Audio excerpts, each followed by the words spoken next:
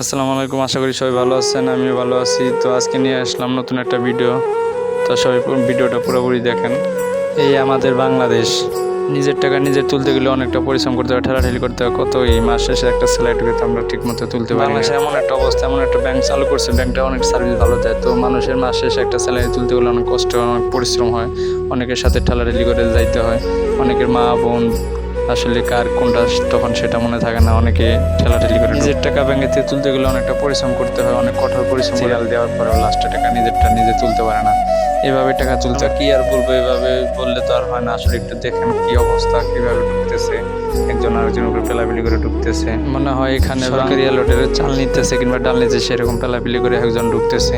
কি অবস্থা। অবশেষে ডাচ বাংলার ম্যানেজারের শেষ লাস্টে ইটা শাটারটা নামায় দেওয়ার পর মানুষ কিছুটা ক্ষান্ত হলো। তো এইভাবে আসলে নিজের টাকা নিজের তুলতে হয়, ঠেলাঠেলি করে মাস শেষে তাও তুলতে পারে না, অনেকটা পরিশ্রম হয়। তো ভিডিওটা যদি কার ভালো লাগে বেশি বেশি লাইক কমেন্ট ও শেয়ার করবেন ভিডিওটা সবাইকে দেখার জন্য। ভিডিওটা এই পর্যন্ত আজকের মতো, আরেকদিন দেখা হবে নতুন কোনো ভিডিও নিয়ে।